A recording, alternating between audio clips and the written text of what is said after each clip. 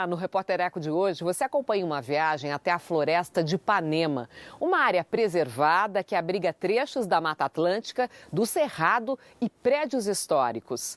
Conheça também a campanha internacional pela criação da maior área protegida da Terra. E ainda um novo aplicativo facilita o acesso à reciclagem. A proposta do Cataqui é aproximar as pessoas que têm resíduos recicláveis dos catadores de sucata que recolhem o material. A ONG Greenpeace propõe a definição de um santuário da vida marinha ao redor da Antártica. E um passeio de lazer e conhecimento por importante reduto florestal do interior paulista.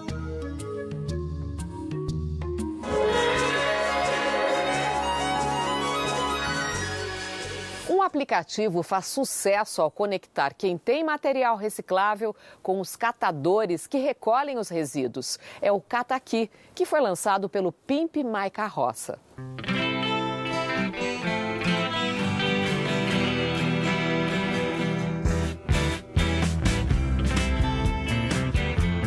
Mundano é o nome artístico deste paulistano e ativista social que se tornou conhecido por usar o grafite para dar visibilidade aos catadores de materiais recicláveis.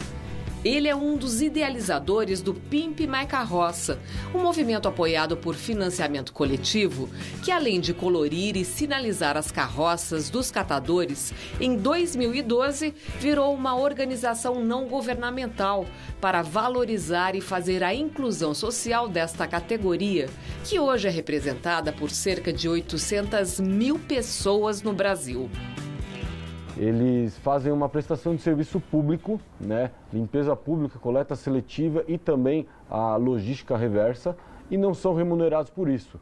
Então eu, como grafiteiro, comecei a pintar as carroças dele, colocando mensagens, né, para amplificar a voz deles, e assim a gente viu que coletivamente poderia fazer mais. Foi aí que fundamos a ONG Pimp My Carroça, e aí, enfim, agregamos muito mais artistas, pessoas com outras habilidades, médicos. Então a gente faz todo um atendimento até de saúde e também colocando, né, itens de segurança na carroça.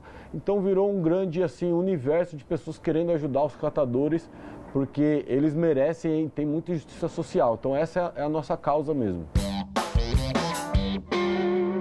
Em 2017, Mundano e outros integrantes da ONG desenvolveram uma nova ferramenta de inclusão. De um lado, catadores informais como o Gabriel, que são considerados agentes ambientais porque respondem por quase 90% da coleta de material reciclável no Brasil. Do outro, consumidores e empresas que querem dar um destino correto ao produto no pós-consumo. O que os conecta? Um celular e um aplicativo. O Cataqui é um aplicativo que pode ser baixado gratuitamente no celular. Há 23 anos, Gabriel dos Santos recolhe materiais recicláveis nas ruas da zona oeste de São Paulo. Hoje, Gabriel recebeu a ajuda do Mundano para atualizar os dados e colocar uma foto no perfil. É assim, é um breve resuminho do que você quiser colocar como história de vida. Assim, contar alguma coisa sobre você. Trabalho por questão socioeconômica. O que me motiva a trabalhar com reciclagem até hoje é saber que eu estou salvando algum tipo de vida aquática ou florestal. Aí ficou poético, hein, cara? Ó, faz uma foto aí assim. Então aqui ficou o convite, né? Vamos cadastrar esses catadores. Quanto mais a gente incluir os catadores, mais a gente vai poder ofertar para as pessoas catadores próximos de você. Gabriel ganhou novos clientes pelo celular. Ele se sente mais seguro porque consegue agendar as coletas durante o dia. E quando está sobrecarregado, indica um outro catador. Se a pessoa não puder esperar, eu passo para outro companheiro ou peço para ela procurar outra pessoa no próprio aplicativo Cataqui. Isso é legal. Isso é Forma bom. uma rede. Forma uma rede. Aí distribui a renda, ninguém fica sem trabalhar, ninguém fica sem fazer nada. Não são todas as regiões do Brasil que você vai encontrar um catador, mas se não tiver, eu peço que você ajude a criar essa rede. De que forma? Cadastrando catadores. Se você for no site cataqui.org, lá você pode incluir um catador. Então, se não tem na sua cidade, você pode ser o primeiro a trazer o cataqui para a sua cidade e ajudar os catadores a reciclar ainda mais. É um ganha-ganha de todos os lados, né? Em 2018, o cataqui já colhe o primeiro grande fruto. O aplicativo foi escolhido pela Unesco entre milhares de iniciativas desenvolvidas em várias partes do mundo. Eram 2.000 iniciativas do mundo inteiro, a maioria high-tech, coisas impressionantes. E a gente ganhou esse prêmio por quê? Porque acho que cada vez fica mais evidente a necessidade de a gente preservar recursos naturais, gerar renda, né? Então, o cataqui é um aplicativo que trabalha não só a questão ambiental, mas também o social, usando a tecnologia. E é uma tecnologia que não é de ponta, mas é uma tecnologia que a gente quer tornar acessível, né?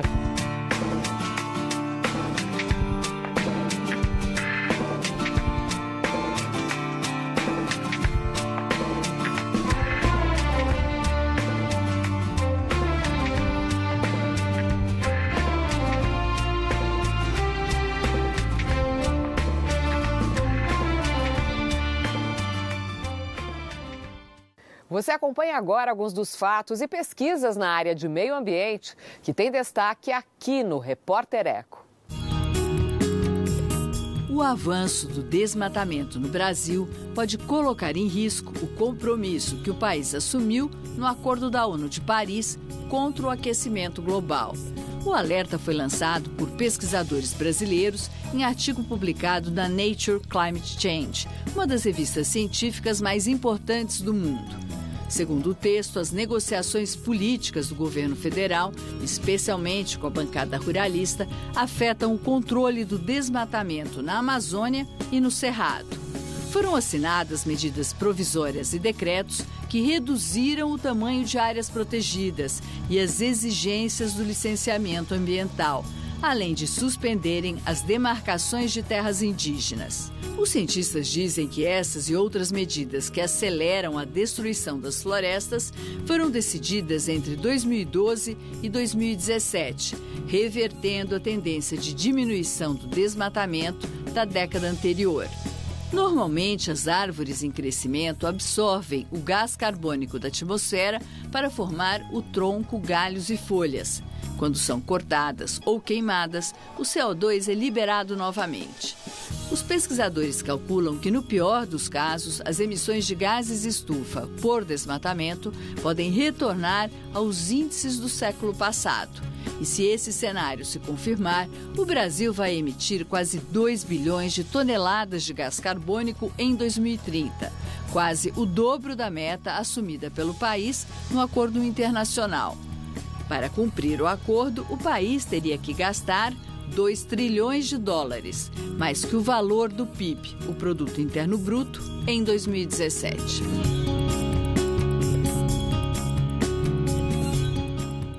E aguarde, porque tem mais assunto interessante.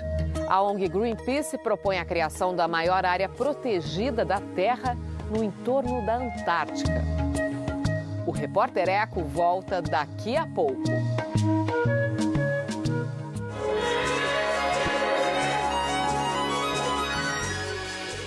A ONG Greenpeace lançou uma campanha global em defesa da criação de um santuário oceânico em torno da Antártica. A proposta será discutida em outubro deste ano na Austrália, durante o encontro dos países que podem decidir o futuro do continente gelado.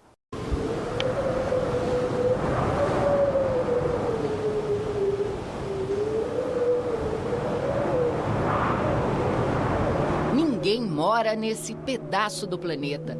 Apenas cientistas passam temporadas trabalhando nas bases científicas.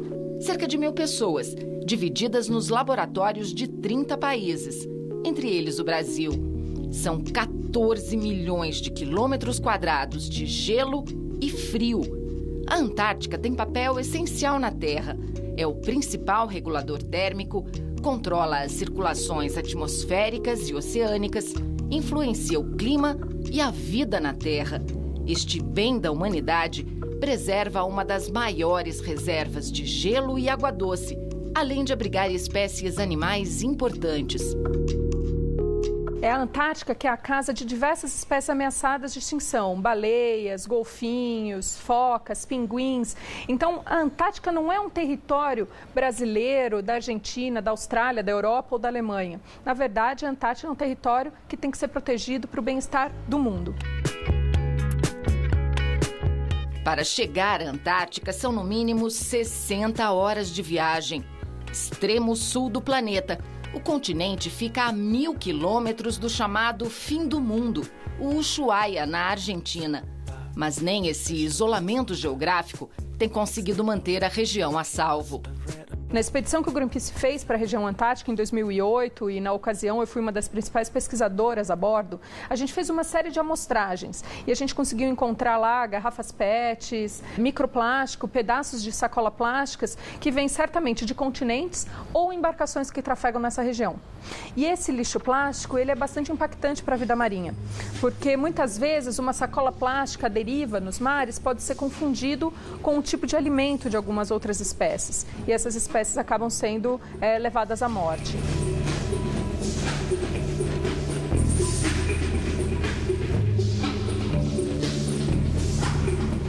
Além do lixo, a pesca indiscriminada também está matando a Antártica e seus habitantes.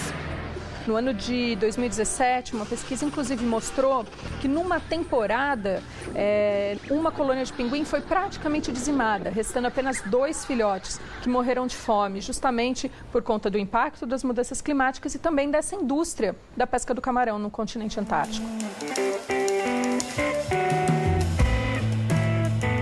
Os pinguins e outras espécies nativas em extinção estão morrendo de fome porque a pesca em grande escala e sem fiscalização está retirando do mar da Antártica o krill, um pequeno camarão com cerca de 5 centímetros. Fonte de ômega 3, esse crustáceo está sendo usado pela indústria na fabricação de suplementos alimentares e rações para peixes. O problema é que o krill é a base da cadeia alimentar de toda a fauna antártica. É como se fosse uma escadinha. Uma vez que a gente diminui essa principal fonte de alimento, os demais animais também são impactados por essa falta de alimento. Diante da urgência da situação, o Greenpeace lançou uma campanha para salvar o continente gelado. A proposta é ambiciosa, mas proporcional à importância da Antártica.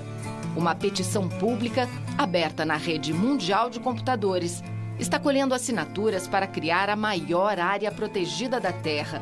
Um enorme santuário que manteria protegido o Oceano Antártico. Você criar essa área marinha protegida na região antártica é você dar espaço e tempo para essas espécies se recuperarem, para os peixes menores crescerem, para as baleias poderem se alimentarem e posteriormente terem seus filhotes, para os pinguins poderem garantir que o macho saia para buscar alimento, mas volte para alimentar o seu filhote. Então é você garantir que a biodiversidade possa ali estar preservada. Seduzidos pela importância da campanha, atores famosos como Javier Bardem mergulharam no oceano gelado a bordo do submarino do Greenpeace. A ideia é que essas imagens circulem o mundo para sensibilizar a maior quantidade possível de pessoas. Quanto mais gente assinar a petição, maior a chance de chamar a atenção dos governos responsáveis pela Antártica, que estarão reunidos em outubro deste ano. Para participar, basta acessar o site do Greenpeace.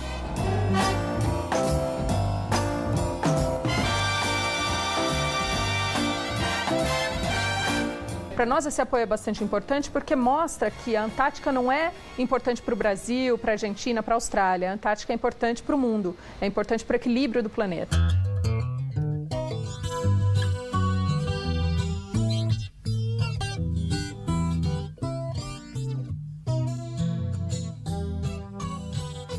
Chegou a hora das imagens que a gente escolheu para você na internet.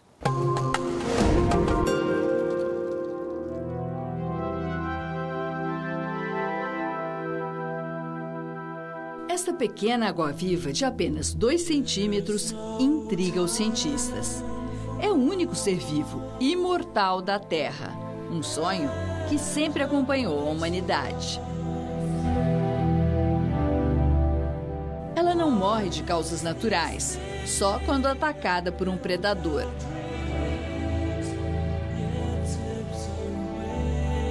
A Turritopsis nutrícula é uma das cerca de 4.000 espécies de águas-vivas conhecidas no planeta. Há duas versões sobre a sua descoberta. Alguns dizem que foi encontrada em 1843 por um zoólogo francês. Outros que foi por acaso em 1988, quando um estudante alemão de biologia marinha passava férias na Riviera Italiana, no mar Mediterrâneo. Mas só recentemente sua capacidade de viver para sempre foi reconhecida. Os pesquisadores já sabem que após milhões de anos de evolução, esse organismo conseguiu dominar o poder da regeneração.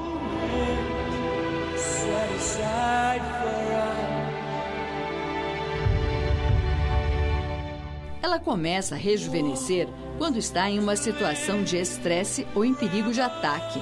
Passa por um processo no qual um tipo de célula é capaz de se transformar em outra, assim como acontece com as células tronco humanas. A água-viva regride ao estado inicial de desenvolvimento e reinicia seu ciclo de vida sucessivamente, seguindo o caminho inverso do envelhecimento e da morte.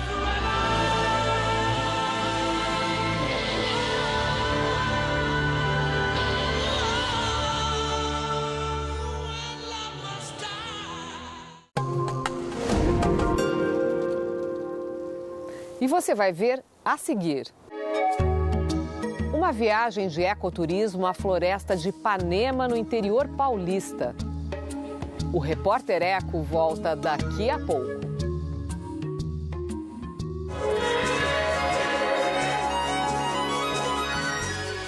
A Floresta Nacional de Ipanema é uma unidade de conservação que merece ser conhecida. Fica no interior de São Paulo e tem áreas remanescentes de Mata Atlântica e do Cerrado, além de abrigar um conjunto de prédios históricos.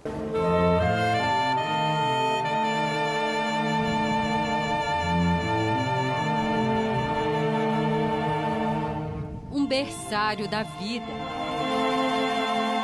Esta é a Floresta Nacional de Ipanema, uma unidade de conservação federal criada em 1992.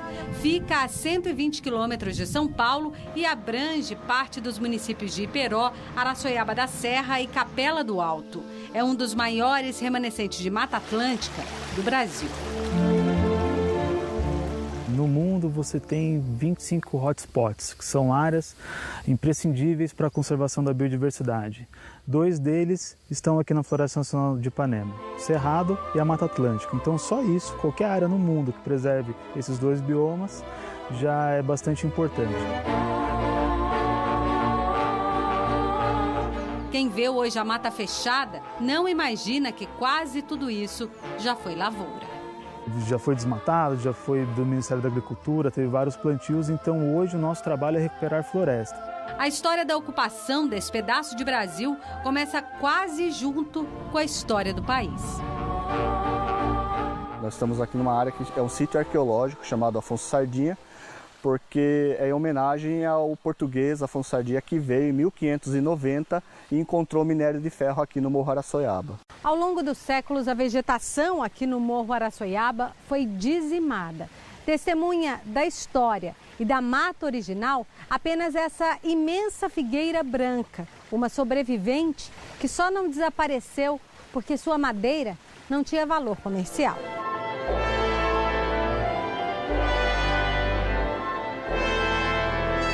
No século XIX, os portugueses retomaram a exploração dessa área.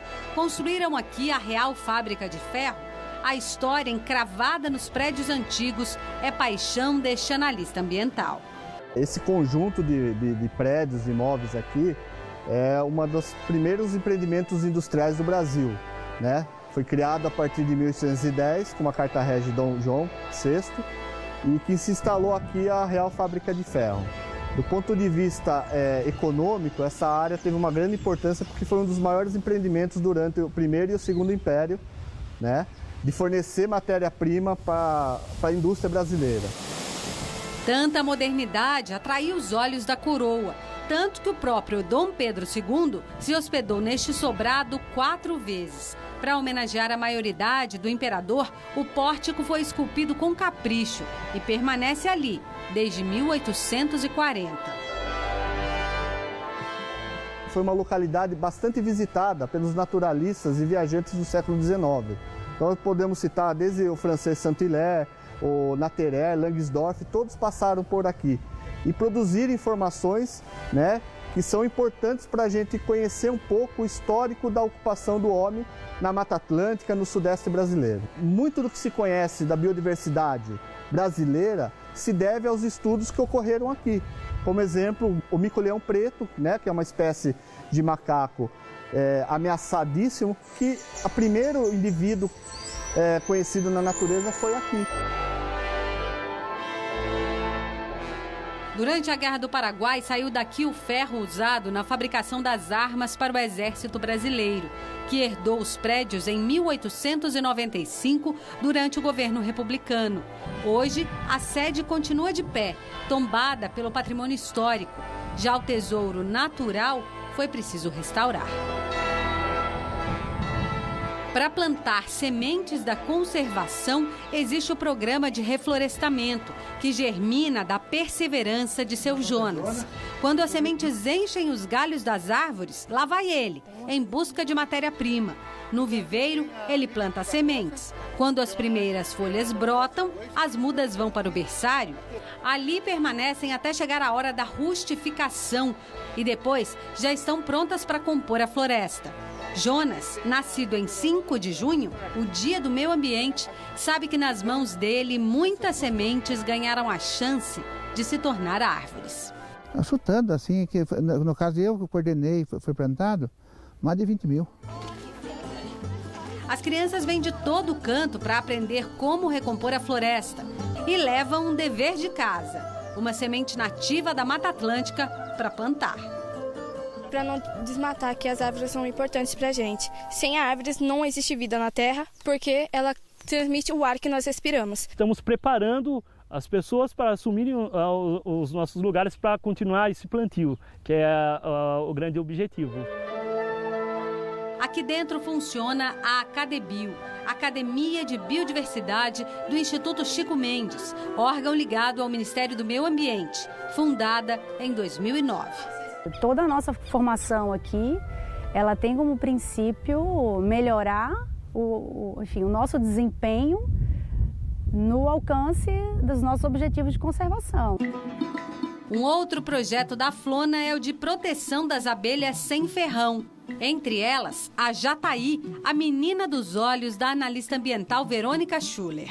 Hoje em dia, por conta do desmatamento e diversas coisas que estão acontecendo, agrotóxicos, fumacês também por causa da dengue e tudo, as abelhinhas sem ferrão, elas estão correndo risco. E as abelhas sem ferrão, elas têm uma característica importantíssima porque elas polinizam de uma forma diferente, elas são extremamente necessárias para polinizar alguns tipos de plantas. Nesta região preservada, no interior do estado de São Paulo, mais de 340 espécies de aves fazem seus ninhos. 80 nascentes brotam na terra e do alto do Morro Araçoiaba, a paineira, símbolo da floresta de Ipanema, assiste a natureza que insiste em sobreviver.